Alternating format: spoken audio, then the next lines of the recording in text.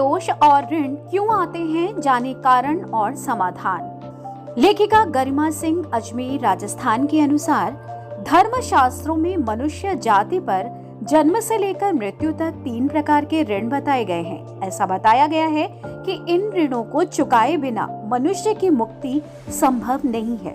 इसके अलावा कई ऋण मनुष्य खुद के कर्मों से चढ़ाता है तथा यह ऋण उसकी आने वाली पीढ़ियों में तब तक स्थानांतरित होते रहते हैं जब तक ऋण से मुक्ति ना मिल जाए।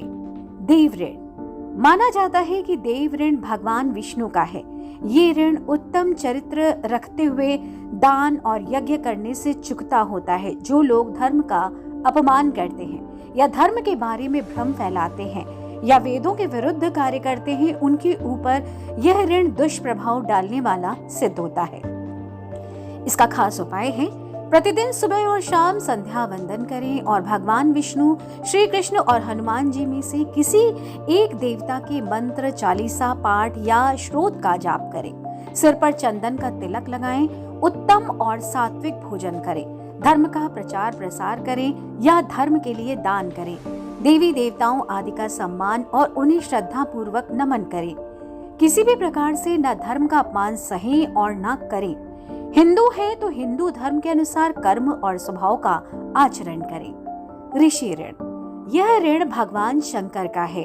वेद, उपनिषद और गीता पढ़कर उसके ज्ञान को सभी में बांटने से यह ऋण चुकता हो सकता है। जो व्यक्ति ऐसा नहीं करता है उससे भगवान शिव और ऋषिगण सदा अप्रसन्न ही रहते हैं। इससे व्यक्ति का जीवन घोर संकट में घिरता जाता है या मृत्यु के बाद उसे किसी भी प्रकार की मदद नहीं मिलती। इसका खास उपाय है इस ऋण को चुकाने के लिए व्यक्ति को प्रतिमाह गीता आदि शास्त्रों का पाठ करना चाहिए। सभी तरह की बुराइयों को समझकर उसे दूर करने का प्रयास करना चाहिए। अच्छे आचरण को अपनाना चाहिए। शरीर, मन और घर को जितना हो सके साफ और स्वच्छ रखना चाहिए। पितृ ऋण यह ऋण हमारे पूर्वजों का माना गया है। पितृ ऋण कई तरह का होता है। हमारे कर्मों का, आत्मा का, पिता का, भाई का, बहन का, माँ का, पत्नी का, बेटी और बेटे का। स्वऋण या आत्म ऋण का अर्थ है जब जातक पूर्व जन्म में नास्तिक और धर्म विरोधी काम करता है तो अगले जन्म में उस पर स्वऋण चढ़ता है। मातृ ऋण से कर्ज चढ़ता जाता है और घर की शांति भंग हो जाती है। खास उपाय इस ऋण को उतारने के 3 उपाय। देश के धर्म के अनुसार कुल परंपरा का पालन करना, पितृपक्ष में तर्पण और श्राद्ध करना और संतान उत्पन्न करके उसमें धार्मिक संस्कार डालना।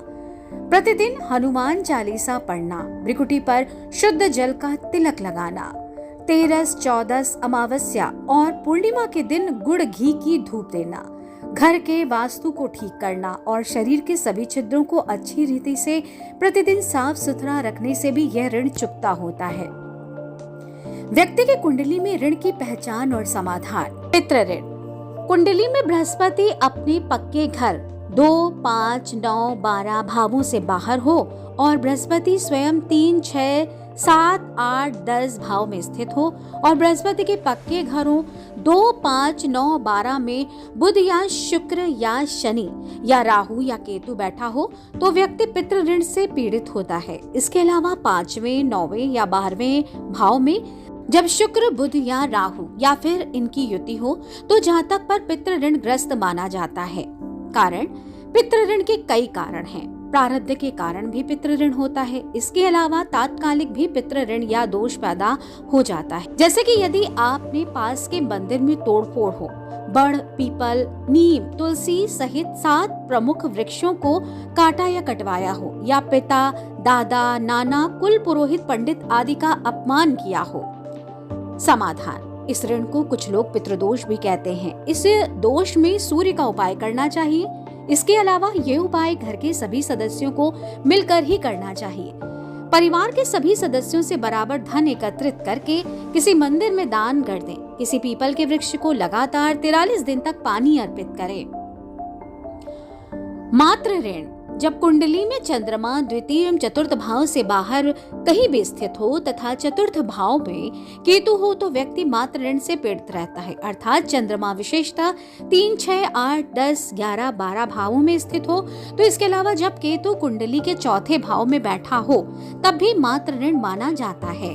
कारण जातक के कुल में किसी बड़े या पूर्वज ने विवाह या बच्चा होने के बाद अपनी माँ को छोड़ दिया हो, नजरअंदाज किया हो, माँ के दुखी और उदास होने पर उसकी परवाह ना की हो या माँ को किसी भी रूप में दुखी किया हो, ये भी संकेत हो सकता है कि पास के कुएं या नदी की पूजा करने की बजाय उसमें गंदगी और कचरा डाला जा रहा होगा। समाधान: इसमें सर्वप्रथम माँ की सेवा करनी चाहिए, चंद्र का उपाय करना चाहिए, बहते पानी या नदी में एक चांदी का सिक्का बहाना चाहिए, माता दुर्गा से क्षमा मांगनी चाहिए। इसके अलावा अपने सभी रक्त संबंधियों से बराबर मात्रा में चांदी लेकर किसी नदी में बहाएं। यह काम एक ही दिन करना चाहिए। स्त्री ऋण: जब शुक्र कुंडली के 3, 4, 5, 6, 9, 10, 11 भाव में स्थित हो तथा द्वितीय सप्तम भाव में सूर्य, चंद्र या राहु स्थित हो तो जातक स्त्री के ऋण से ग्रस्त होता है। इसके अलावा सूर्य, चंद्र या राहु या उनकी युति कुंडली के दूसरे अथवा 7वें भाव में हो तो जातक स्त्री ऋण से ग्रसित माना जाता है।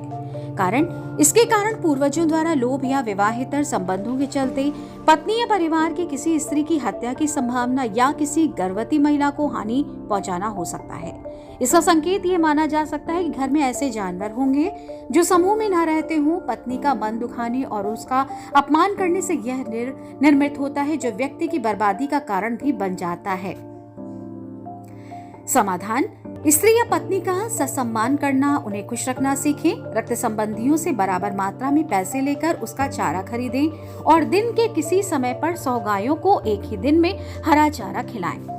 चरित्र को उत्तम बनाए रखें और माता लक्ष्मी की पूजा करें। 5 शुक्रवार को व्रत उपवास रखें। पुत्री बहन का ऋण: जब कुंडली में बुध 1, 4, 5, 8, 9, 10, 11 भावों में हो तो 3, 6 भाव में चंद्रमा या बुध हो तो व्यक्ति पुत्री और बहन के ऋण से ग्रस्त होता है।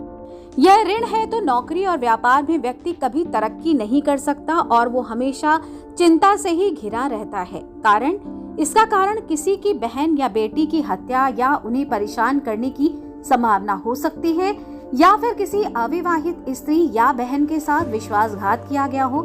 इसका संकेत ये हो सकता है कि खोए हुए बच्चों को बेचना या उससे लाभ कमाने का प्रयास किया गया हो। समाधान: बहन को खुश रखने के लिए उपाय पर विचार करें। बहन नहीं है तो बहन बनाएं और उसको हर तरह से सम्मानित करें। सारे परिजन पीले रंग की कौड़ियां लेकर एक जगह इकट्ठी करके जलाकर राख कर दें और उस राख को उसी दिन नदी में विसर्जित कर दें। भाई का ऋण: लाल किताब के अनुसार जब बुध या शुक्र किसी कुंडली के पहले या 8वें भाव में स्थित हो तो उस जातक को भातृ ऋण या संबंधी ऋण का भागी माना जाता है।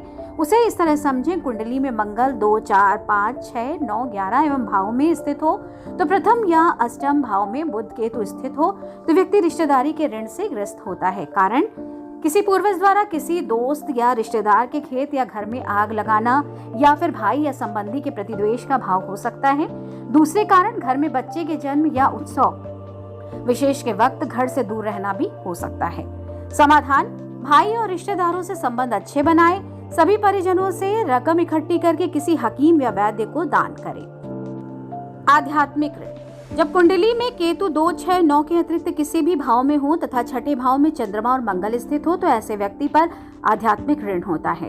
कारण यदि व्यक्ति नास्तिक हो जाता है तो यह ऋण से ग्रसित हो जाता है। समाधान: इस ऋण से मुक्ति के लिए व्यक्ति को ईश्वर से क्षमा प्रार्थना कर ईश्वर में आस्था रखनी चाहिए। किसी धार्मिक स्थल पर श्रद्धा अनुसार कुछ भेंट करनी चाहिए।